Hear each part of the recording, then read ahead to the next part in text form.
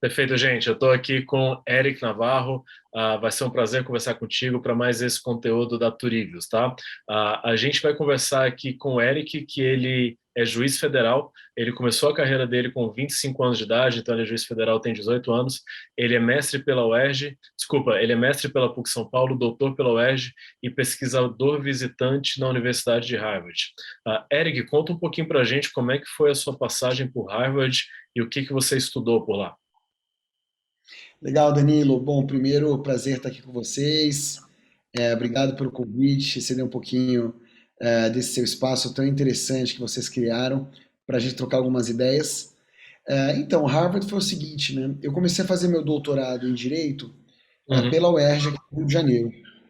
E eu estava muito frustrado, tanto como juiz quanto como pesquisador, com uhum, os rumos que o direito brasileiro tinha tomado. Assim, o direito brasileiro não funcionou, né? Essa que é a grande verdade. E uhum, o acadêmico e também o profissional do direito no Brasil, ele é muito fechado nele mesmo, quer dizer, uhum, é uma pseudociência que não conversa muito com as outras ciências, né? Principalmente as ciências comportamentais. Se você quer uhum, regular comportamento, você precisa conversar com ciências comportamentais que deram mais ou menos certo. uhum, Economia, psicologia, sociologia, enfim. E eu queria fazer uma abordagem da conduta cooperativa das partes no uhum, processo, mas para isso eu precisava estudar cooperação do ponto de vista da biologia, do ponto de vista da economia, ali em teoria dos jogos, né? uhum, De uma forma mais interdisciplinar. uhum, E aí surgiu a oportunidade de fazer o doutorado em colaboração, né, com a Universidade de Harvard, como uhum, visiting researcher. E para lá eu fui com um orientador que era um professor de psicologia, direito e economia. E isso foi fundamental, porque lá sim eu pude ter acesso ao conhecimento que eu precisava para, enfim, desenvolver a minha tese. E foi, nossa, fantástico, foi incrível. perfeito, maravilha. E como é que você vê a ciência comportamental hoje impactando o mundo jurídico, Eric? Cara, eu vejo de diversas formas, né? Do ponto de vista da economia, da microeconomia, Aham, eu vejo impactando de maneira super racional, no sentido de buscar os incentivos necessários para trazer um sistema mais eficiente. Quer dizer, eu construo a norma processual, eu construo a norma jurídica, eu construo o sistema de justiça de modo a gerar os incentivos corretos para que as pessoas, aí eu digo, cidadão, advogado, partes, juízes, né, uhum, tenham todos a conduta mais colaborativa possível. Eu não estou falando só do judiciário, é dentro e fora do judiciário, né? Então, exemplo, quando você coloca câmera no uniforme de um policial, por exemplo, aham, e tem pesquisa recente sobre isso feita no Brasil, em Santa sim, Catarina, você reduz brutalmente a letalidade policial. Por quê?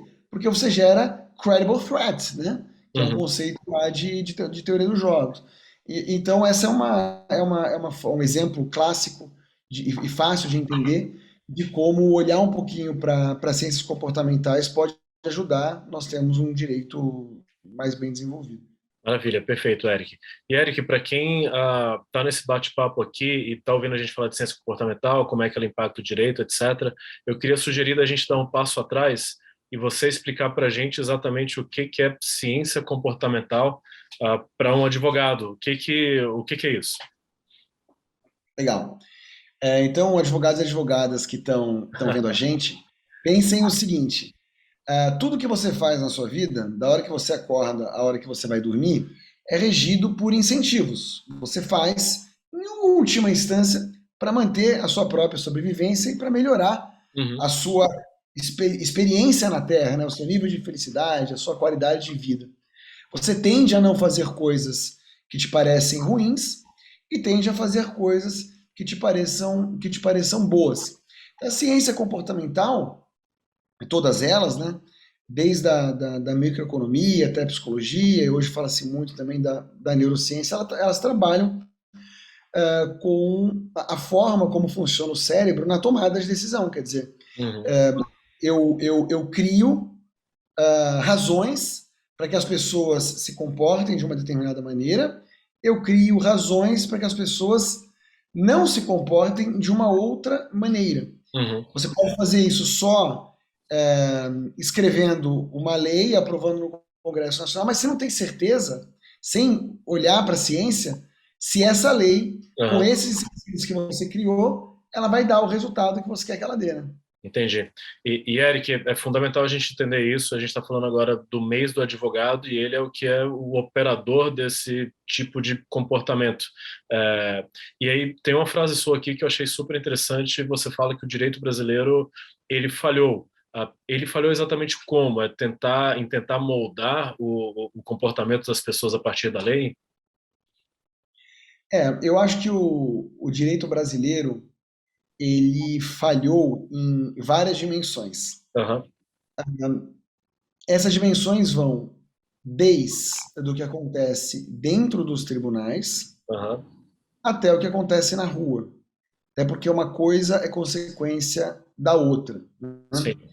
Então, se você mora num país em que a norma é sistematicamente violada, Uhum, claramente o direito não deu certo no sentido de criar os incentivos que impeçam que as pessoas violem essas uhum, normas. E aí, Danilo, eu estou falando de todas as normas. Eu estou falando do cara que puxa o gatonete, do uhum, sujeito que atravessa no sinal vermelho, que dirige e bebe, que uhum, não paga os impostos, que furta alguém, que comete um crime de corrupção e por aí a sim. gente vai, né? Falhou nesse aspecto. E vem falhando também no passo seguinte, que é o tentar consertar as relações jurídicas já prejudicadas. Então, se eu te empresto um dinheiro e você não me paga de volta, eu vou ter que ir ao sistema de justiça. Uhum, Se eu, consumidor, compro um produto, esse produto me causa um dano, eu vou ter que ir ao sistema de justiça. Mas que sistema de justiça é esse? É um poder judiciário com 77 milhões de processos, em que só em primeira instância, na fase de conhecimento, né, que é quando o juiz vai decidir quem uhum. tem razão, o estoque hoje presente leva em torno de 4 anos para ser julgado. Mas Uau. quando ele é julgado, a decisão não é implementada voluntariamente pelas partes, porque, de Uhum, novo, nós erramos na calibragem dos incentivos. E aí tem uma outra fase do processo, que é a fase de execução. aham. As execuções no Brasil, que estão hoje em estoque, levam mais ou menos uns 8 anos, e eu posso falar com alguma segurança que elas têm uma efetividade, ou seja, de realmente quem ganhou levar, né? Aham, Que é até aquela expressão, né? Pô, sim, ganhou, mas não levou. aham, Então, sei lá, mais uns 8 anos, com uma taxa de efetividade de ganhar e levar abaixo de 10%. Um sistema desse não ó, pode estar funcionando. isso, com certeza. Eric, a gente tende aqui na Turives olhar um pouco para esse aspecto comportamental do direito, no comportamento das cortes, dos decisores, e com isso é a partir daí que a gente cria a chamada jurimetria. Como que você vê a jurimetria dialogando com essa aplicação da ciência comportamental, no direito? Legal, Danilo. Cara, fico muito feliz com essa pergunta e também fico muito feliz com trabalhos do tipo que vocês fazem aí na Turivios, né? E eu até aproveito para compartilhar, né, com todo mundo que está assistindo a gente, que a minha missão de vida que eu construí para mim é melhorar o sistema de justiça Uhum, em diversos níveis, e eu atuando como ator em diversas áreas. Então eu acredito muito na litigância estratégica, né? Que é aquela uhum, litigância que vale a pena, aquela litigância pensada, aquela litigância racional do uhum, ponto de vista do interesse que está em jogo ali. E a jurimetria, ela ajuda muito. Por quê? Porque a partir do momento em que você consegue minimamente entender quais são, como decide o Poder Judiciário, né?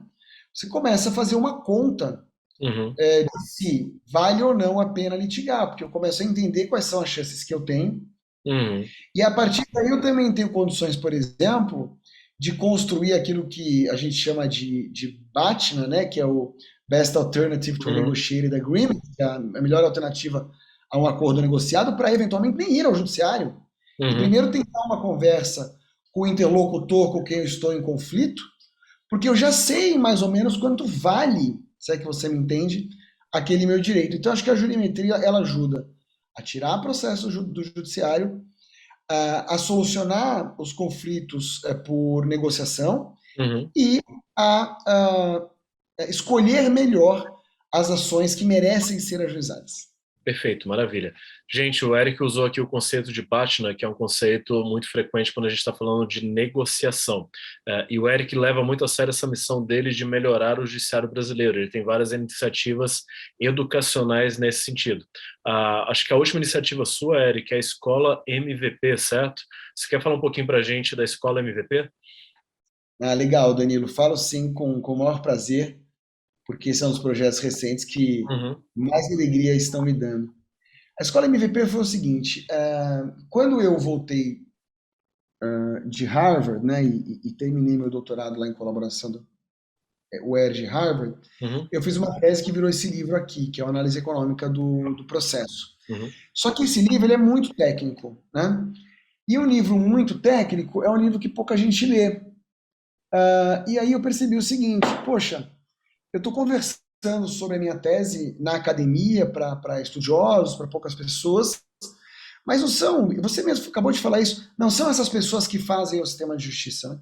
uhum, Quem faz o sistema de justiça são os 1,3 milhão de advogados que existem no Brasil. uhum, Então eu precisava falar com esses caras e precisava falar de um jeito simples, meio plug and play, porque ninguém mais tem tanto tempo assim para ficar uhum, entendendo teorias complexas. Teorias complexas são muito difíceis de serem aplicadas.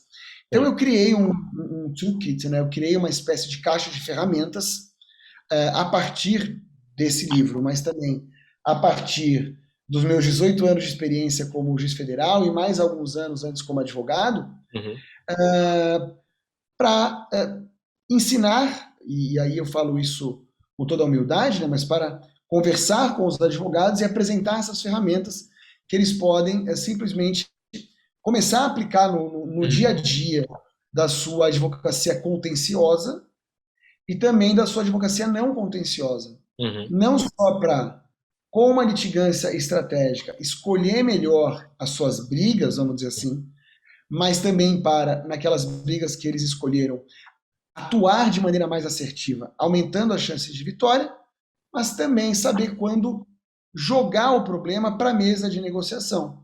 Porque você sabe, né, tem várias pesquisas sobre isso, soluções negociadas são soluções melhores do ponto de vista de bem-estar social, porque aham, todos os envolvidos ficam mais satisfeitos, o sistema é preservado, ou seja, você tem menos gastos públicos, e uhum, o advogado também fica feliz porque ele antecipa seus honorários. Então é bom para absolutamente perfeito. todo mundo. E eu faço isso na escola MVP, eu tenho lançado alguns cursos nesse sentido. Maravilha. E Eric, aqui na escola você trouxe algumas técnicas que você aprendeu em Harvard, certo? O método Harvard de negociação.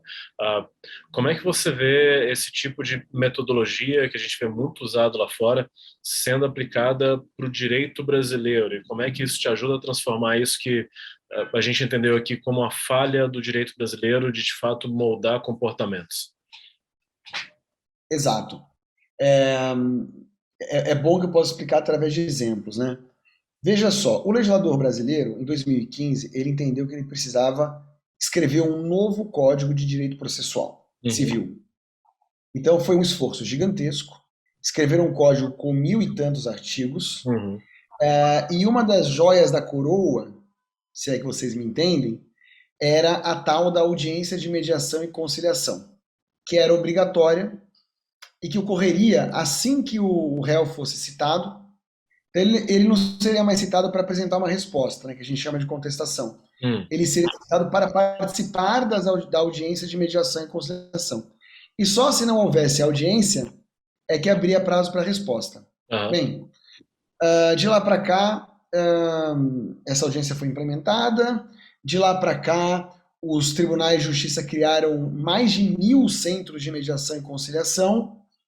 E o nosso aumento percentual de solução negociada de conflitos foi tendente a zero. tá. Uau. Tendente a zero. Por quê? Por por duas razões, né?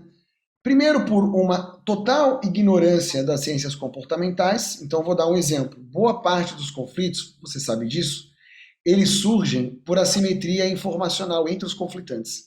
Aham, Quando eu, quando eu crio uma audiência de mediação e conciliação que vai acontecer antes do réu apresentar a contestação, uhum, eu não diminuí a simetria informacional. Então a chance de eu conseguir um acordo ali é pequena, porque o autor não sabe o que o réu está pensando. Ele não aham, leu a contestação do réu ainda, ela não foi apresentada.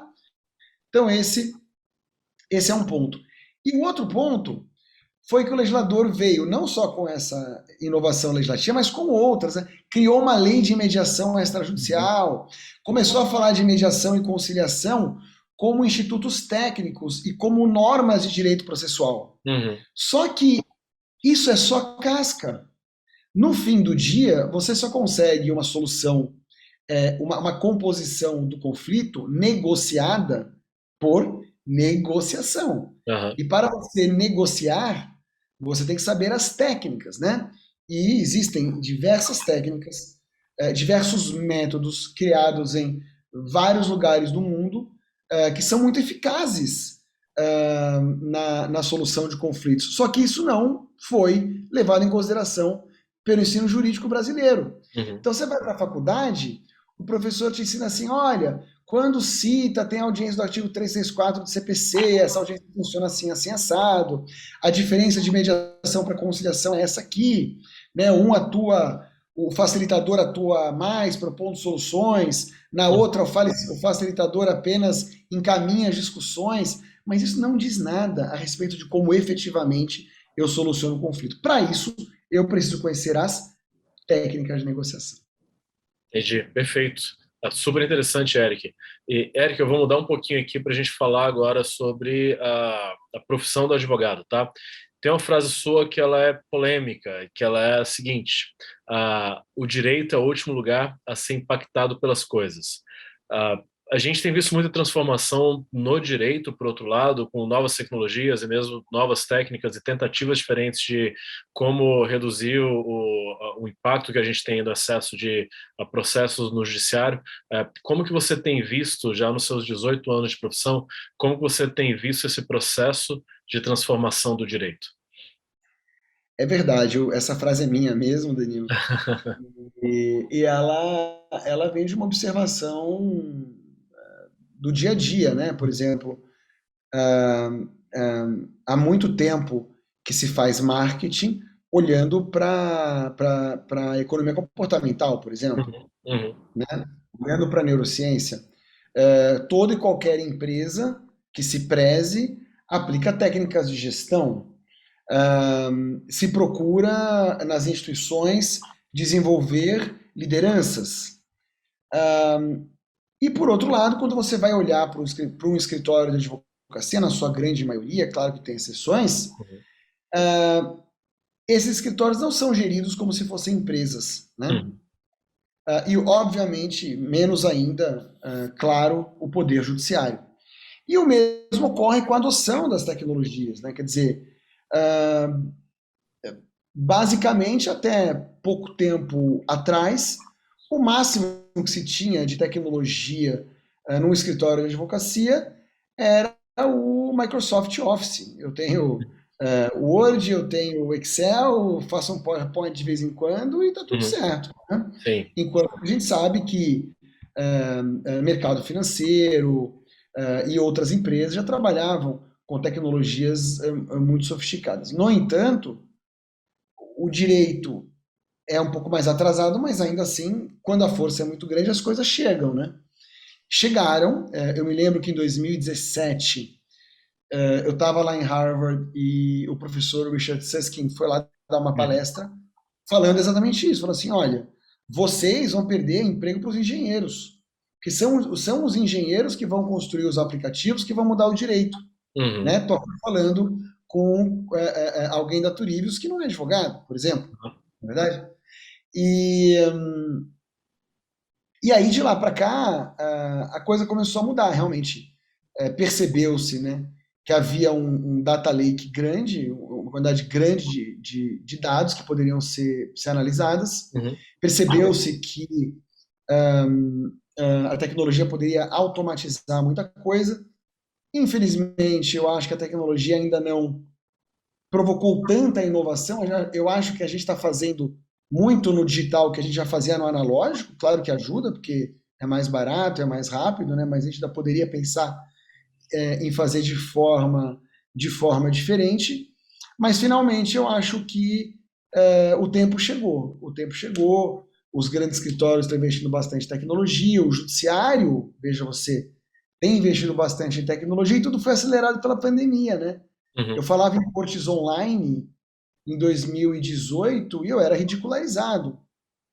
Poxa, a minha corte hoje praticamente é uma corte online. Né? Uhum. Eu trabalho de casa, faço as minhas audiências virtualmente, eu não tenho nenhum processo em papel. Uau. Então, assim, e os sistemas de gestão de processos podem não ser perfeitos, e Aham. nós temos um problema de integração de sistemas, temos um problema de que pô, cada sistema funciona de um jeito, mas eles existem, né? Eles Sim. estão aí, eles rodam o processo eletrônico. Então, eu acho que as mudanças finalmente estão acontecendo. Maravilha. Eric, duas perguntinhas aqui para a gente finalizar, tá? A primeira delas é de que forma que você vê esses novos conceitos do direito impulsionando a atuação dos escritórios, fazendo que os escritórios tenham melhor gestão e sejam financeiramente sustentável. Uma coisa que você fala que chama a atenção da gente é o escritório ser gerido como empresa. Alguns veem isso como uma forma de você corromper o direito, mas o fato é que a profissão precisa ser também financeiramente sustentável. Como que você vê esses novos conceitos, novas tecnologias ajudando os escritórios a se colocarem nessa posição de sustentabilidade financeira? Legal, cara, excelente pergunta.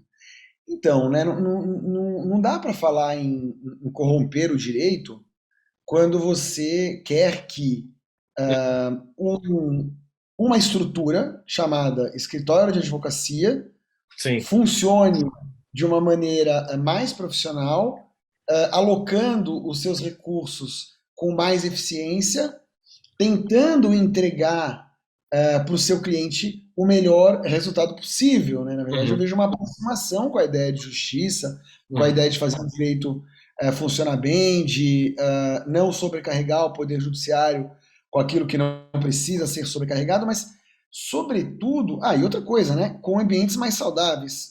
Eu tenho muitos Sim. amigos advogados e eu fico muito triste em perceber. Tem até um trabalho que eu estou desenvolvendo junto com um advogado chamado Giovanni Ravaiani sobre saúde mental Uhum. na profissão jurídica. Porque quando você não tem gestão, quando você não tem governança, você trabalha naquele ritmo do go horse, né? Com Uhum. muito atrito, com muito calor.